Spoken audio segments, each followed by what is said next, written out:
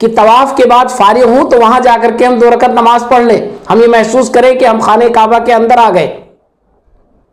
اور اسی طرح ہم خانہ کعبہ کا جب طواف کر رہے ہوں گے تو وہ دروازہ بھی ہمارے سامنے ہوگا جو بیت اللہ کا دروازہ ہے, جو نہایت ہی اہم دروازہ ہے, جس کی جگہ بڑی اہم ہے, جہاں اگر پہنچنے کا موقع مل جائے تو آپ کو دعا کرنی ہے.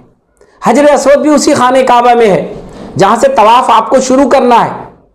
کوئی ضروری نہیں آج کے بھیڑ بھاڑ میں کہ آپ کو پہلے دن موقع مل جائے یا طواف کے پہلے چکر میں موقع مل جائے کہ آپ اس کا بوسہ دے کر طواف شروع کر سکیں. تو آپ پریشان مت ہوں, طواف کے دوران بوسہ دینا شرط نہیں ہے, موقع مل جائے بہت اچھی بات ہے. آپ بوسہ کبھی بھی دیں, آپ دیکھیں کب آپ کو موقع مل رہا ہے, لیکن یہ تصور آپ کو رکھنا ہے اور شروعات کرتے وقت اس کی طرف آپ کو اشارہ کرنا ہے کہ یہ خانہ کعبہ کا وہ حصہ ہے جہاں حجر اسود ہے, جہاں وہ پتھر ہے. وہ احساس لیتے ہوئے آپ کو طواف کا آغاز کرنا ہے. پہلا چکر, دوسرا چکر, تیسرا, چوتھا, پانچواں, چھٹا, ساتواں. اگر نارمل حالات ہوں تو بمشکل آپ کو آدھے گھنٹے چاہیے, 1 گھنٹہ چاہیے. بھیڑ بھاڑ ہوگی تو آپ کو گھنٹے, 2 گھنٹے, 3 گھنٹے چاہیے. اگر آپ کو صحن کعبہ میں وقت نہیں ملا ہے, موقع نہیں ملا ہے, بہت بھیڑ بھاڑ ہے, تو آپ کو چھت پہ جا کے طواف کرنا ہے تو وہ تقریباً کئی گھنٹوں کا ہو جائے گا. 7 چکر کا 1 ہی چکر ہوگا. لیکن یہ طواف جو ہے, یہ طواف ہے خانہ کعبہ کا.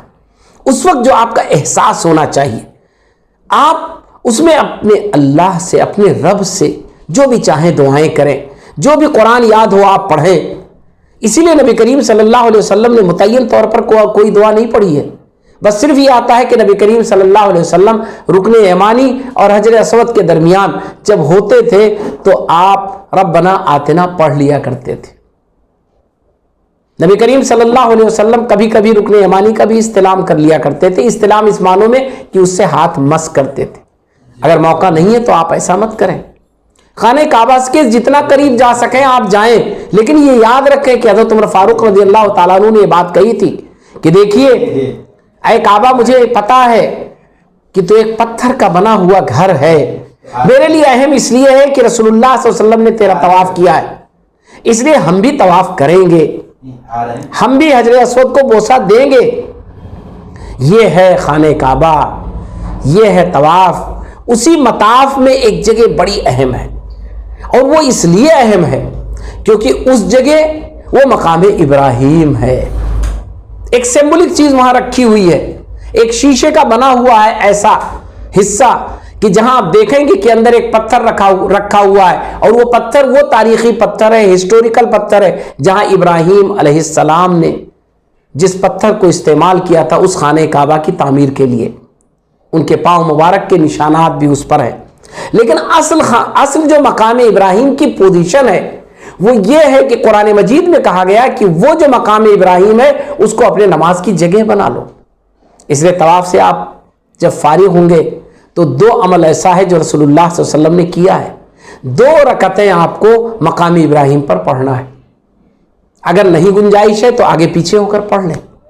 یہ دونوں رکعتیں طواف کی 2 رکعتیں ہیں, اور اسی کے ساتھ ساتھ مقام ابراہیم اور خانہ کعبہ کے درمیان اگر آپ کو موقع ملتا ہے تو وہاں بھی آپ کچھ دیر بیٹھیں, خانہ کعبہ کو دیکھیں, مقام ابراہیم کو دیکھیں. یہ بھی یاد رکھیں کہ اسی مقام ابراہیم سے متصل آج جو صحن کعبہ میں اس کے نشانات نہیں موجود ہیں, لیکن وہیں پہ نیچے بئر زمزم بھی ہے.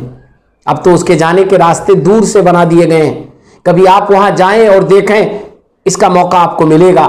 لیکن یہ سب چیزیں میں اس لیے ذکر کر رہا ہوں کہ طواف کے دوران جب آپ طواف کر رہے ہوں تو آپ کی نگاہ میں یہ سب ہونا چاہیے کہ یہی وہ مقام ابراہیم ہے, یہی وہ حتیم ہے, یہی وہ حجر اسود ہے, یہی وہ خانہ کعبہ ہے, یہی وہ جگہ ہے جسے رسول اللہ صلی اللہ علیہ وسلم نے اسے اللہ کا گھر قرار دیا, اور اس کے طواف کو ہمارے لیے عمرے میں اور حج میں ضروری قرار دیا. یہ جو خانہ کعبہ کا پورا طواف ہے اسی کے سامنے آپ نگاہ ڈالیں گے تو مسعی ہے، یعنی جہاں صحیح کرتے ہیں آپ۔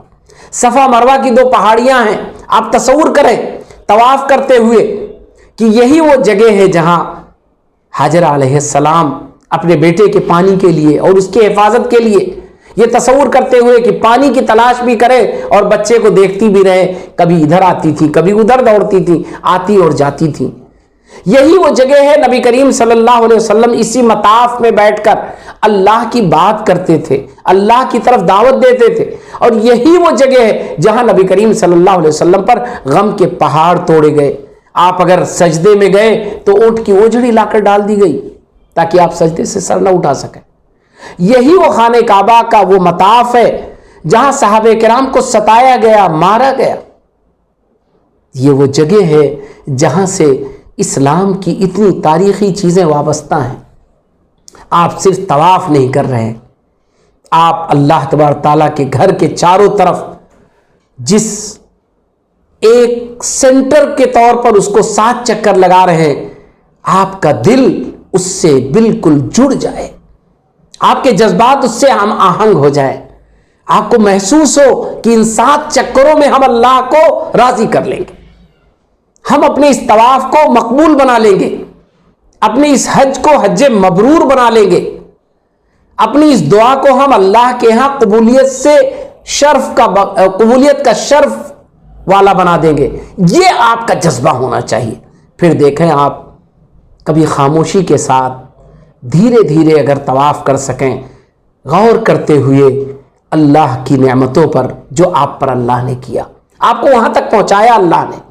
کتنے لوگ ہیں جن کے پاس اسباب و وسائل ہیں لیکن وہ نہیں پہنچ پاتے ہیں، آپ پہنچ گئے وہاں، تو آپ اللہ کے دین کے بارے میں سوچیں، اللہ کی مخلوق کے بارے میں سوچیں، اپنے پاس پڑوس کے لوگوں کے بارے میں سوچیں، اپنے رشتہ داروں کے بارے میں سوچیں، اپنے امت مسلمہ اور مسلمانوں کے بارے میں سوچیں، اپنے آس پاس رہنے والوں کے بارے میں سوچیں، اور ایک ایک چکر میں اگر آپ کچھ لوگوں کو خاص طور پر یاد کر کے ان کے لیے دعائیں کرتے رہیں تو کتنے اہم مقام پر ہیں آپ، جہاں اللہ تعالیٰ آپ کی دعاؤں کو سنے گا اور انشاءاللہ قبول کرے گا۔